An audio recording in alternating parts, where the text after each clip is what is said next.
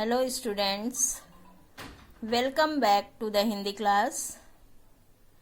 Today I am going to teach you Amodani chapter number 2. Students, before teaching the lesson, first of all I am going to give answer of revision test which last week I was given in video. Students, please take your test copy, revision test copy and match the answer and mark it. See all of you, focus on the revision test paper. प्रश्न number 1, सही वाक्यों के सामने सही, गलत वाक्यों के सामने गलत का निशान लगाइए।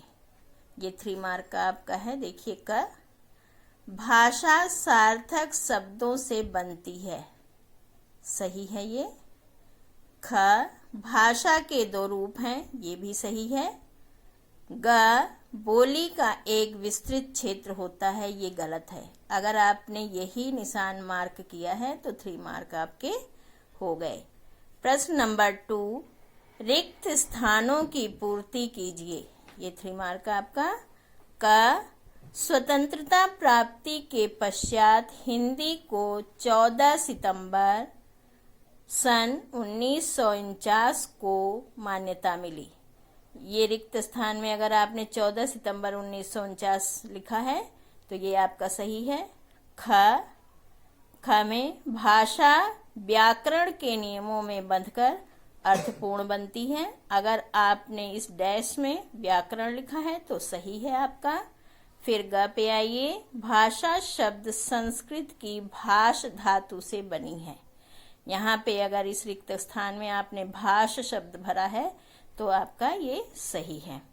प्रश्न नंबर 3, निम्नलिखित प्रश्नों के उत्तर लिखिए। अब देखिए, कबर उपभाषा किसे कहते हैं? अब इसका उत्तर देखिए, सीमित क्षेत्र में बोली जाने वाली बोली में जब साहित्य रचना होती है तब उसे उपभाषा कहते हैं। स्टूडेंट, नेक्स्ट क्वेश्चन पे आइए। ख भाग इसका, भाषा के मानक रूप से आप क्या समझते हैं? तो देखिए उत्तर, भाषा का एक रूप बनाए रखने के लिए भाषाविदों ने जिस रूप को स्वीकारा है वह मानक भाषा कहलाती है। स्टूडेंट्स, आपको समझ में आ गया। अब हम नेक्स्ट क्वेश्चन पे पहुंचते हैं। 4th वन, निम्नलिखित के समानार्थक शब्द लिखिए। इसमें आपको शब्द दिया गया था अश्रु, अश्रु का समानार्थक आंसू होगा, और शशि, शशि का समानार्थक चंद्रमा होगा। अब आप आएंगे प्रश्न नंबर 5 पे। निम्नलिखित शब्दों के विलोम लिखने हैं। दिवा, दिवा माने दिन, तो इसका विलोम निशा होगा क्योंकि निशा माने रात होती है। ख में आपको विरह दिया गया, विरह माने अलग होना, बिछड़ जाना, और मिलन माने मिल जाना, ये इसका विलोम हो गया। अब आप 6th पर आइए। प्रतीक शब्दों के भाव लिखिए।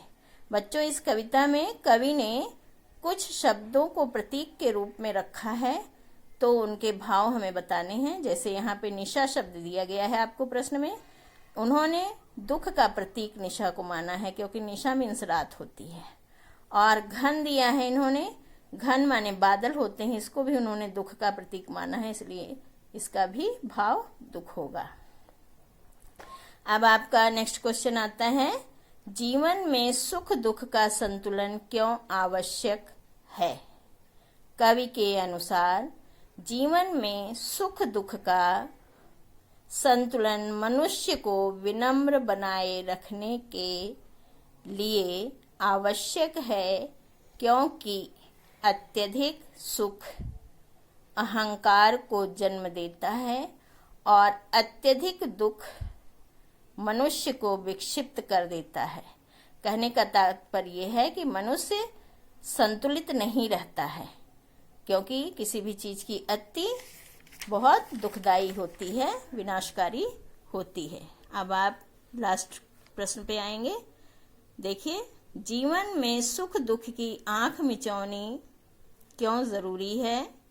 तो उत्तर है, जीवन में सुख दुख की आंख मिचौनी इसलिए आवश्यक है क्योंकि दोनों का सामंजस्य ही जीवन को संतुलित बनाता है, अर्थात दोनों से ही जीवन संतुलित होता है। तो बच्चों, ये आपके उत्तर हो गए रिवीजन टेस्ट के। अब हम आपको पाठ पर ले चलते हैं। देखिए, आपका पाठ है नादान दोस्त। बच्चों, ये पाठ चूंकि स्टोरी थोड़ी लंबी है और हम इसमें जहाँ तक आपको हाफ कवर करने की कोशिश करेंगे इस वीडियो में, ताकि आप भी अच्छे से समझ सकें और ध्यान दे सकें। और नेक्स्ट वीडियो में, अगले वीडियो में हम इसके बाकी के पार्ट को एक्सप्लेन करके और इसकी एक्सरसाइज प्रश्न उत्तर आपको देंगे। तो चलिए पाठ देखिए आप। नादान दोस्त कहानी है ये, और पार्ट 2। इसके लेखक कौन है? मुंशी प्रेमचंद जी। प्रस्तुत कहानी के जो लेखक हैं वो मुंशी प्रेमचंद जी हैं। मुंशी प्रेमचंद जी ने इस कहानी में नादान बच्चों की दोस्ती और उनकी जिज्ञासा, उत्सुकता और उनका उतावलापन दिखाया है कि किस तरह वो सब कुछ जानना चाहते हैं और अपने आप ही आप में कितने तरह के सवाल उनको आते हैं और उसका जवाब भी वो अपने आप ही आप ढूंढते हैं, संतुष्ट होते हैं। तो देखिए, दोस्त और शिष्टाचार आपको वहां ले जाएंगे जहां धन नहीं ले जा पाएगा। ये तो आपको भी पता है बच्चों, और यह हमारे मार्गरेट वॉकर ने कहा है। कहने का तात्पर्य है कि दोस्त एक ऐसा सुकून देता है जो, और विनम्रता जो हमें धन नहीं प्रदान कर सकती है, इन सब से ऊपर है। लेसन हम पढ़ेंगे। केशव के घर कार्निस के ऊपर एक चिड़िया ने अंडे दिए थे। कार्निस बच्चों, जो घर पे जो छत बनी होती है उसमें जो थोड़ा सा भाग निकला हुआ होता है छत के चारों तरफ, उसे कार्निस कहते हैं। एक चिड़िया ने अंडे दिए थे। केशव और उसकी बहन श्यामा दोनों बड़े ध्यान से चिड़िया को वहां आते जाते देखा करते थे। यह आपको समझ में आ गया? दोनों सवेरे ही आंखें मलते मलते कार्निस के सामने पहुंच जाते तथा चिड़ा और चिड़िया दोनों को वहां बैठा पाते। अब दोनों नादान हैं, अबोध हैं, हर चीज जानने की उत्सुकता और उतावलापन। तो दोनों सुबह सवेरे उठते ही वहां पर कार्निस के पास पहुंच जाते और क्या देखते कि चिड़ा और चिड़िया दोनों वहां बैठे हैं। दोनों के मन में बहुत उत्सुकता है उन्हें देखने की और उनकी क्रियाकलाप को जानने की। देखिए अब आगे। उन्हें देखने में दोनों बच्चों को न मालूम क्या मजा मिलता, दूध और जलेबी की सुध भी न रहती। कहने का तात्पर्य यह है कि दोनों को उन चिड़िया और चिड़ा को देखने में इतना आनंद आता था, क्या आता था उसे तो वो ही अनुभव कर रहे थे, और इतना आनंद आता था कि वो अपना नाश्ता पानी खाना पीना भी भूल गए थे। दोनों के दिल में तरह तरह के सवाल उठते। उन्हें देखकर दोनों के मन में तरह तरह के प्रश्न आते। अंडे कितने बड़े होंगे, क्योंकि वो देख पा नहीं रहे थे, वो कार्निस पे थे, तो वो अपने मन में ही ऐसे सोचते कि अंडे कितने बड़े होंगे, किस रंग के होंगे, कितने बच्चे होंगे, उसमें से बच्चे किस तरह निकल कर आएंगे, बच्चों के पर कैसे निकलेंगे, घोंसला कैसा होगा। लेकिन इन बातों का जवाब देने वाला कोई न था। वो दोनों बच्चे इस तरह के प्रश्नों से भरे रहते, उनके दिमाग में उठते रहते, परंतु उनके इन प्रश्नों का जवाब कौन देता? कोई नहीं देने वाला था। क्यों? क्योंकि अम्मा को घर के काम धंधों से फुर्सत नहीं थी और न बाबूजी को पढ़ने लिखने से।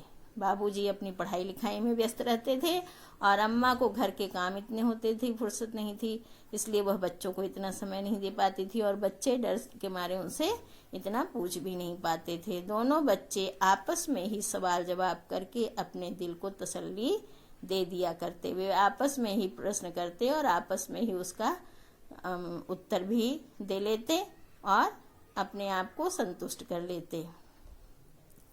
श्यामा कहती, क्यों भैया, बच्चे निकल कर फुर से उड़ जाएंगे? केशव विद्वानों जैसे गर्व से कहता, क्योंकि श्यामा से केशव बड़ा था तो वो अपने आप को ज़्यादा समझदार समझता था, तो वो बड़े गर्व से कहता, नहीं रे पगली, पहले पर निकलेंगे, बगैर परों के बेचारे कैसे उड़ेंगे। वो ये दिखाता था कि मुझे तुझसे ज़्यादा जानकारी है, तो वो बड़े आत्मविश्वास के साथ उसको कहता कि नहीं नहीं, पहले तो उनके पर निकलेंगे, पंख निकलेंगे, तब वो उड़ेंगे। श्यामा बच्चों को क्या खिलाएगी बेचारी। फिर श्यामा के अंदर विचार आता है कि चिड़िया और चिड़ा बच्चों को क्या खिलाएंगे। केशव इस पेचीदा सवाल का जवाब कुछ न दे सकता था, क्योंकि इसके विषय में केशव को भी नहीं पता था कि क्या खिलाएगी, इसलिए वह न दे सकता था, वह चुप हो जाता है। इस तरह 3-4 दिन गुजर गए। दोनों बच्चों की जिज्ञासा दिन प्रतिदिन बढ़ती जाती। दोनों को देखने के लिए वे अधीर हो उठते थे। उनकी जिज्ञासा दिन प्रतिदिन बढ़ रही थी कि बच्चे निकले नहीं निकले, क्या हुआ, और दोनों अधीर हो रहे थे उन्हें देखने के लिए, अंडों को देखने के लिए। उन्होंने अनुमान लगाया कि अब जरूर बच्चे निकल आए होंगे। चिड़िया के बच्चों के चारे का सवाल अब उनके सामने आ खड़ा हुआ।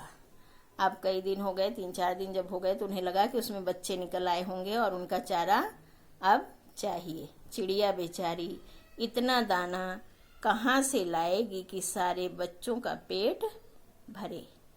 कितने अंडे होंगे, कितने बच्चे होंगे, इन्हें पता नहीं है, और ये इस चीज़ का अनुमान लगाकर बहुत परेशान हो रहे हैं कि इतनों का पेट वो कैसे भरेगी, कहाँ से लाएगी इतने दाने। बच्चे भूख के मारे चू चू करके मर जाएंगे, और अगर बच्चों को दाना नहीं मिलेगा तो वो भूख से मर जाएंगे। इस मुसीबत का अंदाजा करके दोनों घबरा उठे। ऐसी मुसीबत उनके दिमाग में आई और उसे सोचकर वो दोनों घबरा उठते। दोनों ने फैसला किया कि कार्निस पर थोड़ा सा दाना रख दिया जाए। फिर दोनों ने ये निश्चय किया कि कार्निस पे हम लोग थोड़ा सा दाना रखेंगे। और फिर क्या होता है, श्यामा खुश होकर बोली, तब तो चिड़िया को चारे के लिए कहीं उड़कर न जाना पड़ेगा, है ना। तो वो अंदर से बड़ी उसे खुशी होती है, संतुष्टि होती है कि फिर तो जब हम दाना रख देंगे तो चिड़ा और चिड़िया को कहीं पे बच्चे छोड़कर जाना नहीं पड़ेगा। केशव, नहीं, तब क्यों जाएगी, मतलब तब वो क्यों जाएगी, जब उसके पास वहाँ पे दाना होगा तो वो बच्चों को वो दाने खिलाएगी। श्यामा, क्यों भैया, बच्चों को धूप न लगती होगी। फिर वो अपने भाई से कहती है कि भैया इन्हें तो धूप लगती होगी। केशव का ध्यान इस तकलीफ की तरफ नहीं गया था। ये तकलीफ तो केशव ने सोची ही नहीं थी कि हाँ इस पे छज्जे पे धूप आती है और बच्चों को धूप लग रही होगी। बोला, जरूर तकलीफ हो रही होगी, बेचारे प्यास के मारे तड़पते होंगे, क्योंकि छज्जे पर धूप आती थी तो जाहिर सी बात है कि गर्मी से उन्हें प्यास लगेगी और प्यास से वो तड़पते होंगे। ऐसा वो अनुमान लगाकर, ऊपर छाया भी तो कोई नहीं है, ऊपर कोई छाया नहीं है, ऐसा सोचकर वह दुखी होता है। आखिर यही फैसला हुआ कि फिर दोनों ने ये फैसला किया कि घोंसले के ऊपर कपड़े की छत बना देनी चाहिए। जहाँ इनका घोंसला है, जहाँ ये बच्चे होंगे इसके, वहाँ पर हम लोग छत बना देते हैं कपड़े की। पानी की प्याली और थोड़े से चावल, पानी की प्याली रख देंगे और थोड़े से चावल रख देने का प्रस्ताव भी स्वीकृत हो गया। दोनों ने आपस में ये तय कर लिया कि वहाँ पे पानी की प्याली और थोड़े से चावल भी रख देंगे। दोनों बच्चे बड़े चाव से काम करने लगे। इनके लिए ये बहुत बड़ा काम था, क्योंकि चिड़िया की हिफाजत का काम था और किसी को बताना नहीं था। दोनों चुपचाप बड़े ध्यान से अपने काम में लग गए। श्यामा माँ से आंख बचाकर मटके से चावल निकाल लाई। केशव ने पत्थर की प्याली का तेल चुपके से जमीन पर गिरा दिया और उसे खूब साफ करके उसमें पानी भरा। केशव ने पत्थर की प्याली थी जिसमें तेल रखा होता था, उसे गिरा दिया और उसमें उसने साफ करके पानी भर लिया। अब चांदनी के लिए कपड़ा कहाँ से आए? उस घोंसले पर छाया करने के लिए कपड़ा कहाँ से लाएं? ये समस्या उनके सामने आई। फिर ऊपर बगैर छड़ियों के ठहरेगा कैसे और छड़ियाँ खड़ी होंगी कैसे? कहने का तात्पर्य कि उन पे छाया करने के लिए समस्या आई कि अगर कपड़ा मिल भी जाए तो कैसे लगाएंगे, कैसे वो कपड़ा टिकेगा। केशव बड़ी देर तक इसी उधेड़-बुन में लगा रहा। आखिरकार उसने यह मुश्किल भी हल कर दी। बड़ी देर तक तो वो यही सोचता रहा, इसी उधेड़-बुन में लगा रहा, मतलब विचार अपने अंदर ही करता रहा। फिर उसके अंदर एक उसका समाधान आ गया। श्यामा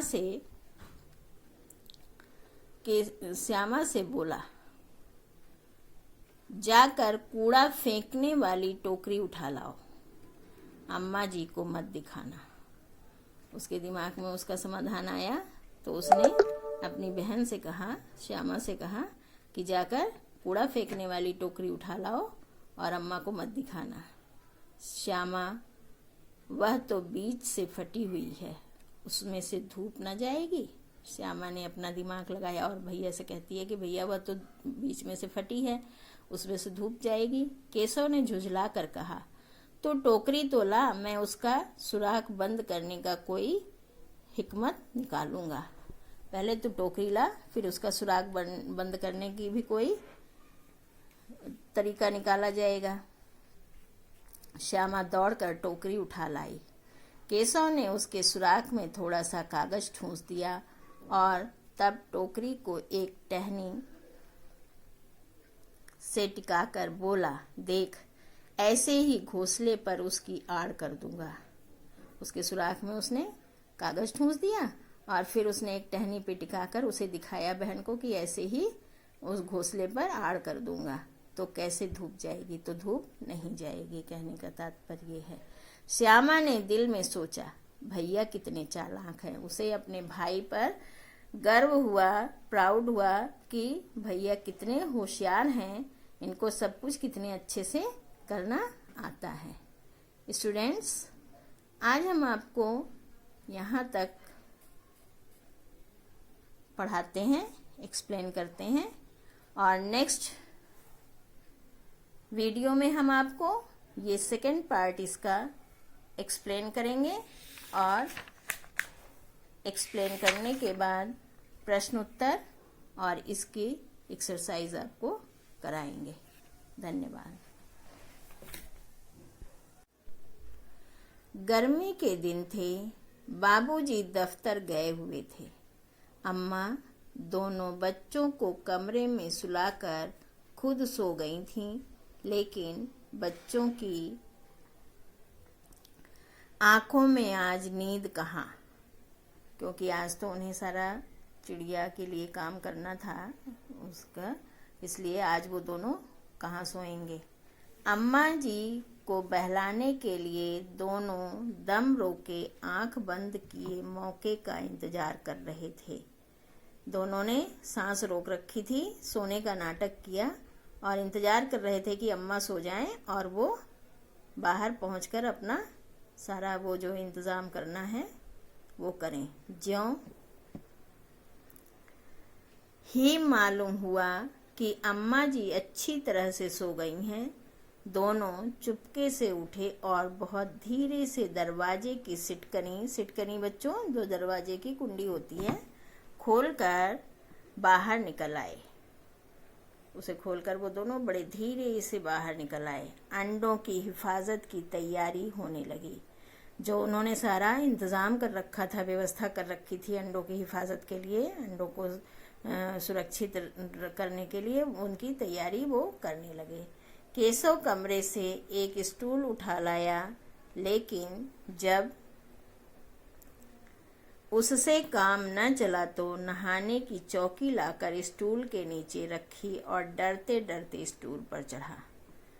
स्टूल से काम नहीं चढ़ा, ऊंचाई उतनी नहीं मिल पाई, तो उसने क्या किया कि जो उसकी नहाने की चौकी थी वो लाके स्टूल के नीचे उसने रख लिया। अब देखिए नेक्स्ट लाइन। श्यामा दोनों हाथों से स्टूल पकड़े हुए थी। स्टूल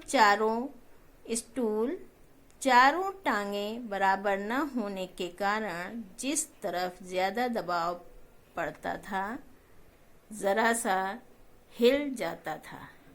उस वक्त केशव दोनों हाथों से कार्निस पकड़ लेता और श्यामा को दबी आवाज से डांटता।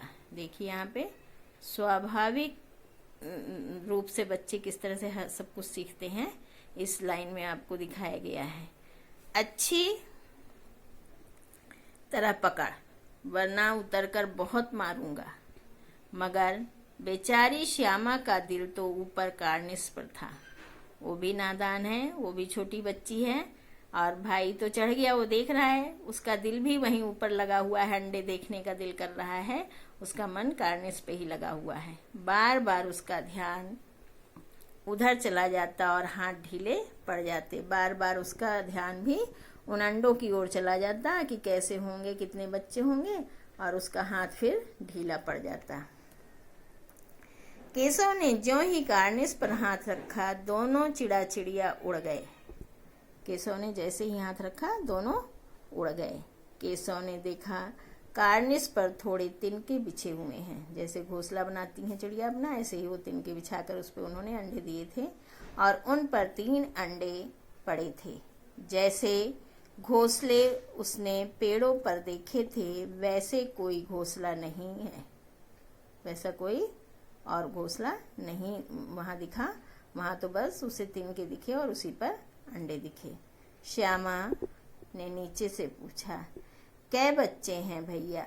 उसने पूछा कि कितने बच्चे हैं भैया? तो केशव ने 3 अंडे हैं, अभी बच्चे नहीं निकले। श्यामा को बताया कि 3 अंडे हैं, बच्चे निकले नहीं हैं अभी। श्यामा जरा हमें दिखा दो भैया कितने बड़े हैं।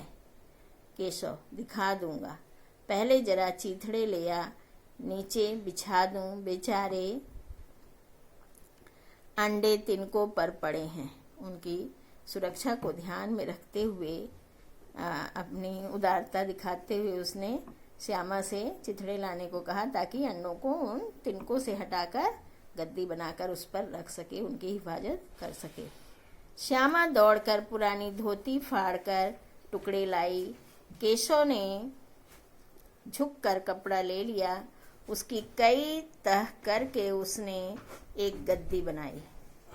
वो जो कपड़ा लाई तो उसे लेकर झुककर उसने लिया और उसकी उसने तह बनाई, एक गद्दी की तरह उसे तह बनाकर कई परत कर लिया। फिर उसे तिनकों पर बिछाकर तीनों अंडे धीरे से उस पर रख दिए।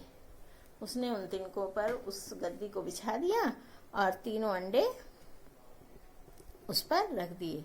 श्यामा ने फिर कहा, श्यामा फिर बोली, हमको भी दिखा दो भैया। उसके अंदर भी बहुत उत्सुकता हो रही थी, बहुत ही जिज्ञासा हो रही थी, वो देख लेने की, जान लेने की कि कैसे अंडे हैं, कितने बड़े हैं, किस रंग के हैं, कैसे देखने में लगते हैं।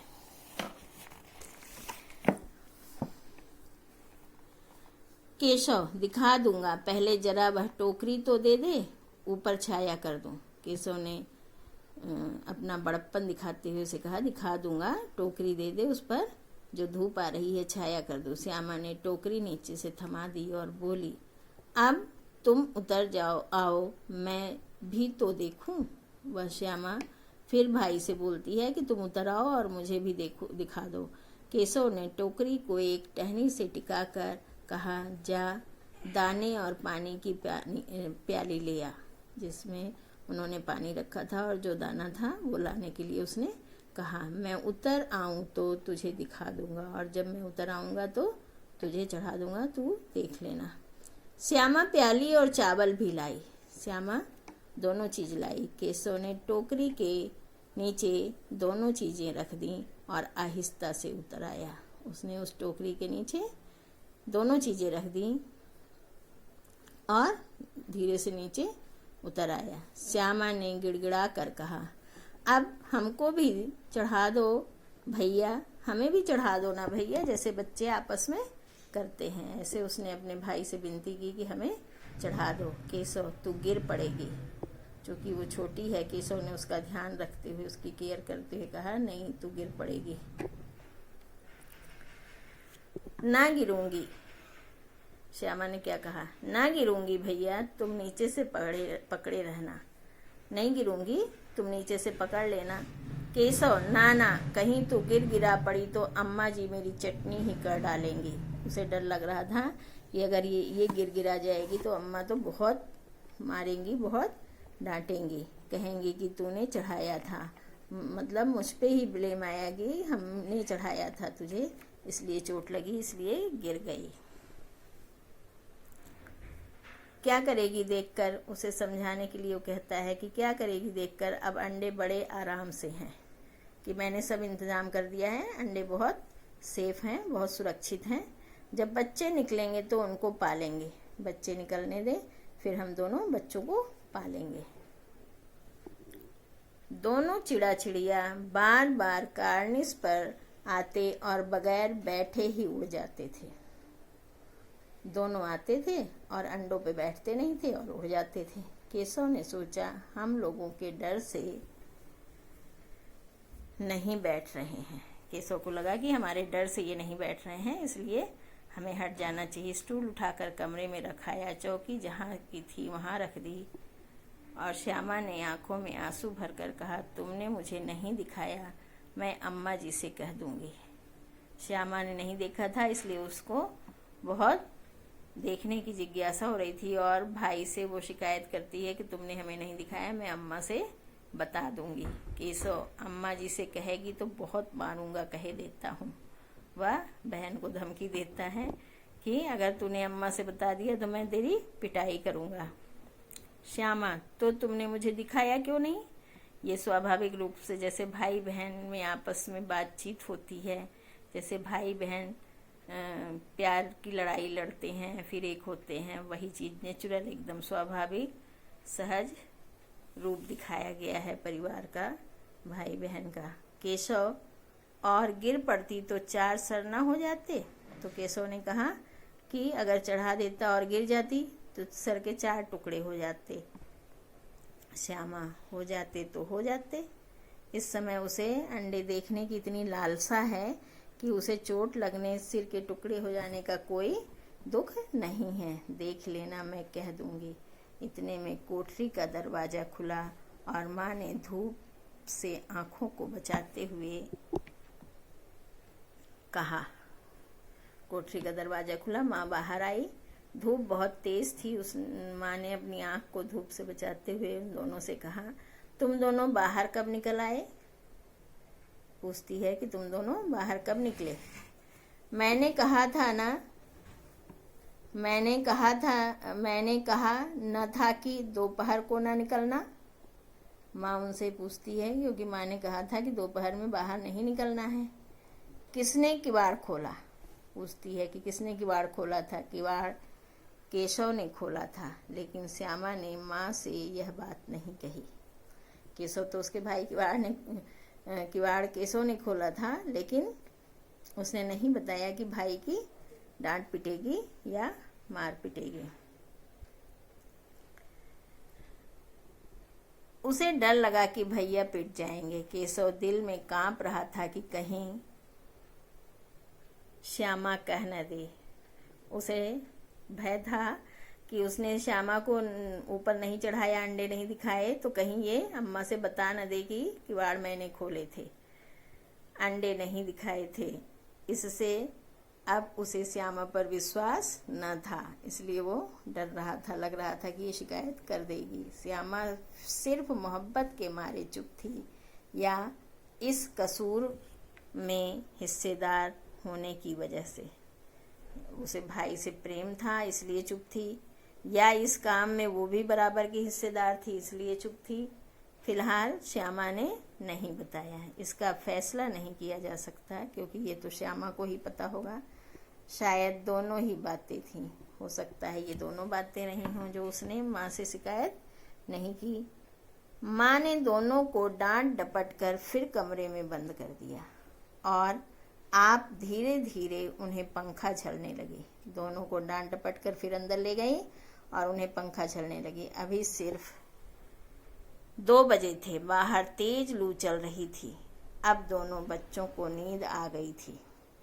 2 बज रहे थे दोपहर के, बाहर तेज हवा चल रही थी, गर्म हवा चल रही थी, बहुत तेज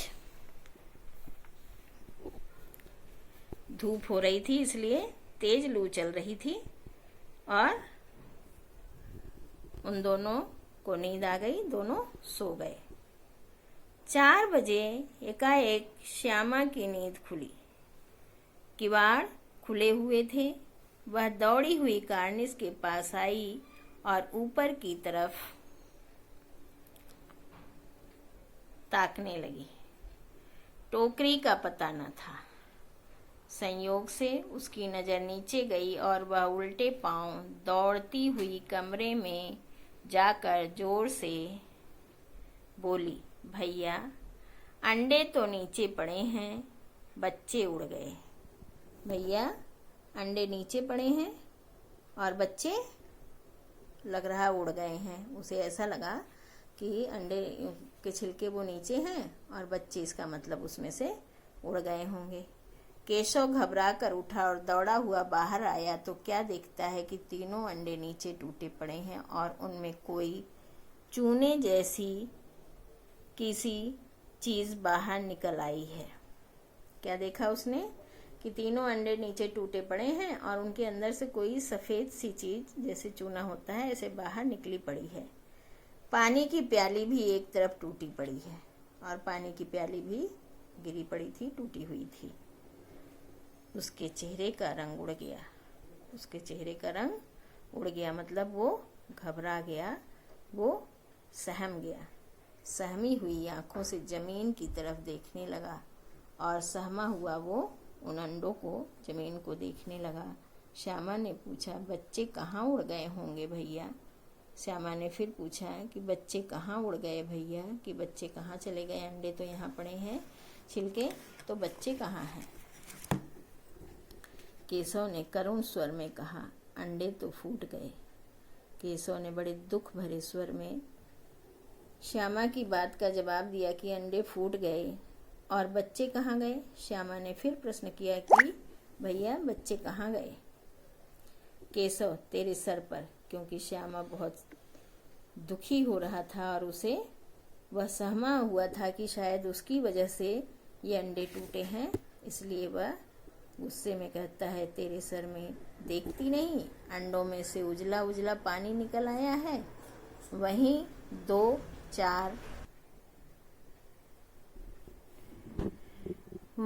2-4 दिनों में बच्चे बन जाते। माँ ने सोटी हाथ में लिए हुए पूछा, तुम दोनों वहां धूप में क्या कर रहे हो? तभी, ऐसी वो बता रहा था, तभी उसकी माँ हाथ में एक डंडी लेकर बाहर आती है और दोनों धूप में चूंकि खड़े हैं इसलिए माँ उन पर गुस्सा करती है। श्यामा ने कहा, अम्मा जी, चिड़िया के अंडे टूटे पड़े हैं। वो अम्मा को बताती है कि चिड़िया ने जो अंडे दिए थे वो ये टूट गए हैं, टूटे हुए पड़े हैं जमीन पर। माँ ने आकर टूटे हुए अंडों को देखा। माँ भी आई और उसने अंडे को देखा और गुस्से से बोली, तुम लोगों ने अंडों को छुआ होगा। माँ फौरन समझ गई कि इन लोगों ने अंडों को हाथ से छू दिया होगा। चिड़िया जो होती हैं वो अगर अंडे इंसान छू लेते हैं तो उसे फिर वो नहीं सेती हैं और वो तोड़ देती हैं। माँ को ये बात समझ में आ गई।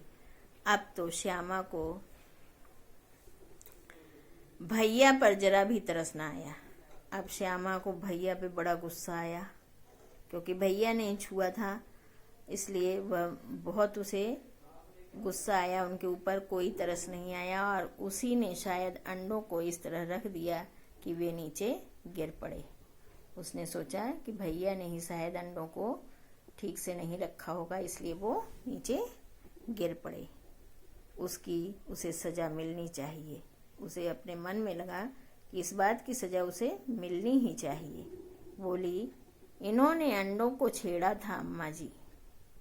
क्या बोली? बोली कि अम्मा जी इन्होंने अंडों को छेड़ा था, छुआ था, उसने बता दिया। माँ ने केशव से पूछा, क्यों रे? माँ ने केशव से कहा कि क्यों रे, तुमने छुआ था?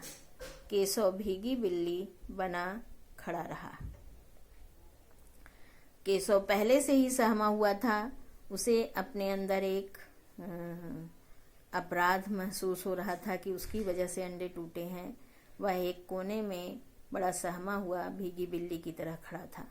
माँ, तू वहाँ पहुँचा कैसे? माँ ने फिर उससे पूछा कि कैसे पहुँचा वहाँ पर, कैसे छुए अंडे? श्यामा, चौकी पर स्टूल रखकर चढ़े अम्मा जी। अब श्यामा को उसके ऊपर कोई तरस नहीं आ रहा था, बहुत गुस्सा आ रहा था, इसलिए उसने सब बता दिया कि वो स्टूल रखकर चढ़े थे। तो स्टूल थामे नहीं खड़ी थी। तब केशव ने अपने बचाव के लिए कहा कि तुमने भी तो स्टूल पकड़ रखा था, बराबर की हिस्सेदार तुम भी हो उसमें। श्यामा, तुम्ही ने तो कहा था। फिर श्यामा ने कहा कि तुम्ही ने कहा था पकड़ने के लिए, इसलिए पकड़ा था। माँ, तू इतना बड़ा हुआ, तुझे अभी इतना भी नहीं मालूम? तू इतना बड़ा हो गया, तुझे ये बात नहीं पता है कि छूने से चिड़ियों के अंडे गंदे हो जाते हैं। अगर इंसान उनके अंडों को छूता है तो वो गंदे हो जाते हैं। चिड़िया उन्हें फिर सेती नहीं। चिड़िया फिर उन्हें सेती नहीं है, उन्हें नहीं सेती। मतलब अगर कोई उसे के अंडों को छू देता है तो फिर चिड़िया उसे एक्सेप्ट नहीं करती, उसे नहीं सेती, उसमें से बच्चे नहीं निकलते, वह उन्हें गिराकर तोड़ देती है। श्यामा ने डरते डरते पूछा, तो क्या चिड़िया ने अंडे गिरा दिए हैं अम्मा जी? उसने डरते डरते माँ से पूछा कि क्या चिड़िया ने अंडे गिराए ये? तो माँ ने कहा, माँ और क्या करती? माँ का मतलब था कि जब केशव ने छू दिया था तो गंदा हो गया, इसलिए उसने गिरा दिए। केशव के सिर इसका पाप पड़ेगा। माँ ने कहा, अब इसका पाप केशव के सिर पर पड़ेगा। हाय हाय, 3 जाने ले ली दुष्ट ने। 3 अंडे थे, 3 बच्चे निकलते, मतलब 3 जान उसने ले ली। केशव रोनी सूरत बनाकर बोला, मैंने तो सिर्फ अंडों को गद्दी पर रख दिया था। वो बहुत ही परेशान हो रहा था, बहुत दुखी था, बहुत सहमा हुआ था। और फिर उसने सफाई में बताया कि मैंने तो सिर्फ अंडों को गद्दी पर रखा था अम्मा जी। माँ को हंसी आ गई। उसे सहमा हुआ देखकर, डरा हुआ देखकर, भयभीत देखकर, उसके चेहरे को देखकर माँ को हंसी आ जाती है। मगर केशव को कई दिनों तक अपनी गलती पर अफसोस होता रहा। परंतु केशव को अपनी इस गलती का बड़ा एहसास हुआ, बहुत दुख हुआ और वह बार बार इसका अफसोस करता रहा।